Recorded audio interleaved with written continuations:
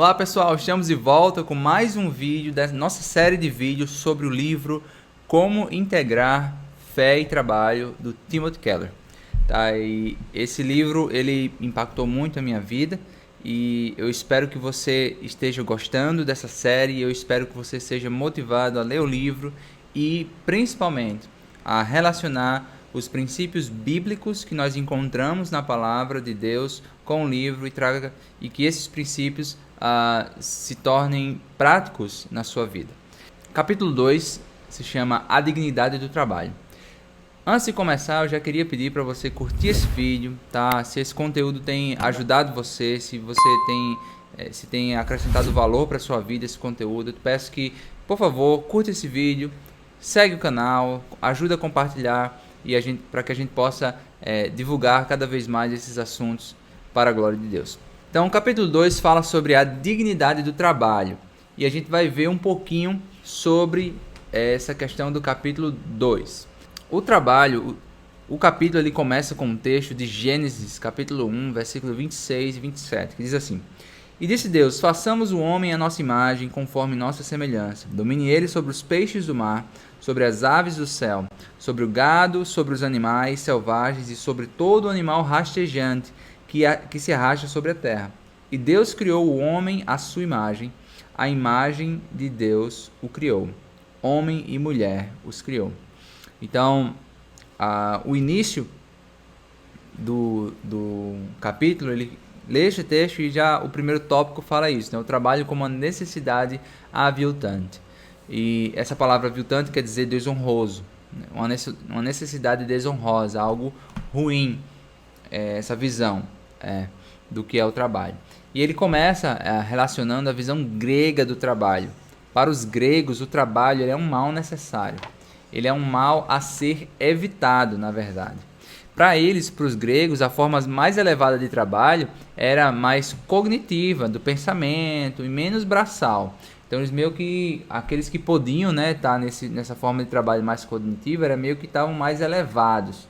Aristóteles chegou até a dizer que existiam algumas pessoas que nasceram para ser escravas. Então, na perspectiva grega de trabalho, se você refletir um pouco sobre hoje, as pessoas querem fugir do trabalho. Tem muitas pessoas nessa caminhada da vida, muitas pessoas que a gente conhece dizem que querem fazer concurso público. E você vai conversar um pouco mais com essas pessoas, qual é a desculpa ou qual é a prerrogativa deles. Não, que não pode ser demitido, é que eu vou poder trabalhar menos e ganhar mais. Então a perspectiva dessas pessoas, claro gente, não são todas as pessoas que fazem concurso público que é isso, tá? Não estou dizendo isso de jeito nenhum, mas essa ideia do não ser demitido, de ganhar salários altos para poder fazer um certo tipo de trabalho, é realmente atraente para muitas pessoas, porque na verdade eles têm essa perspectiva do trabalho como um mal a ser evitado, tá? Então na atualidade nós temos um reflexo disso com as classes eruditas e o setor de prestação de serviço. Então aquele que faz a limpeza ele é menor do que o professor universitário ou o médico. Então ele está meio nessa relação de poder, digamos assim, por causa dos salários que são diferentes, os eruditos, dos prestadores de serviço. Então eles podem se colocar nessa posição. Mas essa será a perspectiva bíblica.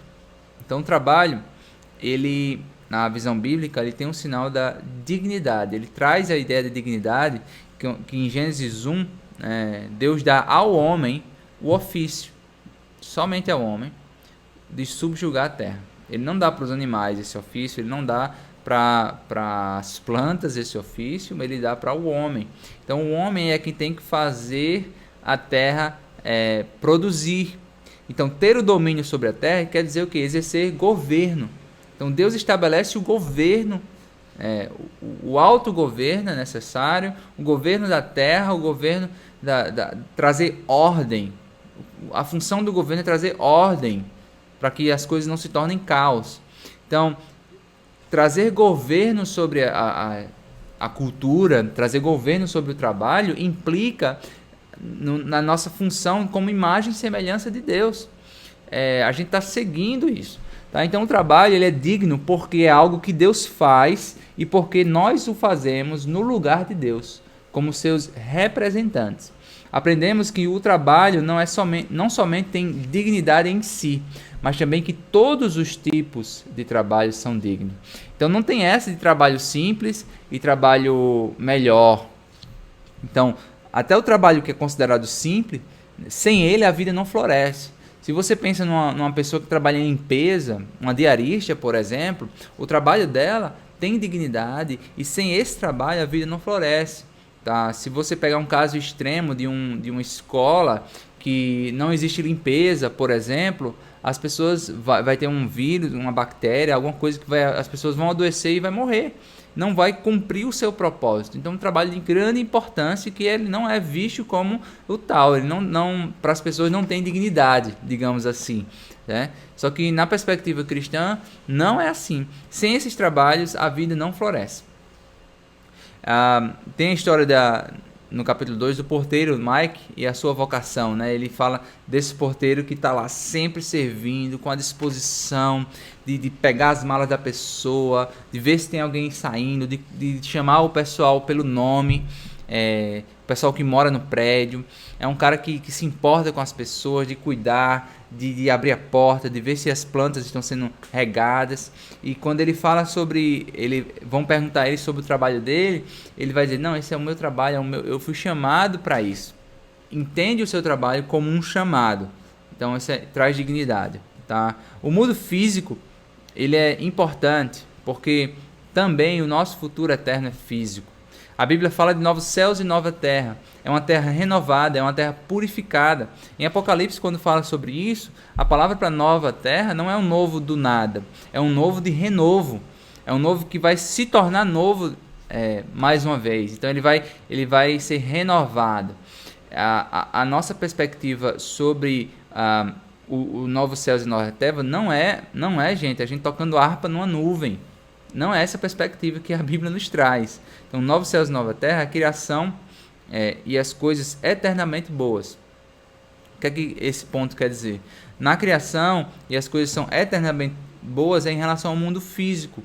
A criação de Deus. Se Deus não tivesse interesse na sua criação, ele teria implodido, né, digamos assim, a terra, ou ele teria desistido. Mas não, ele tem um plano para essa terra, de novos céus e nova terra. Ele trouxe Jesus a essa terra para morrer em nosso lugar, pelos nossos pecados. Então, ele quer nos usar como imagem e semelhança sua para cultivar, para fazer florescer a terra. Então, nós precisamos entender da excelência da criação e a dignidade que existe no trabalho. Isso é muito importante para que nós possamos cumprir o nosso chamado como imagem e semelhança de Deus. Então, esse foi o capítulo 2, a dignidade do trabalho. Eu espero que você tenha gostado. Compartilhe com quem você puder, por favor. Aqui embaixo vai ter o link para você comprar o livro. Você pode comprar nesse link, você pode comprar em outro site. Não tem problema, mas por favor, leia esse livro. Faça grupo pequeno sobre esse material. Desenvolva projetos a partir disso, para que o Senhor seja glorificado. O objetivo principal desses vídeos é para que você torne prático no seu trabalho os princípios de vocação, de que o reino de Deus, para o reino de Deus, é a coisa mais importante que nós precisamos trabalhar e dedicar a nossa vida para a glória dele, por causa de Cristo, por causa do Evangelho. Então, que Deus abençoe vocês e nós nos encontramos no próximo vídeo.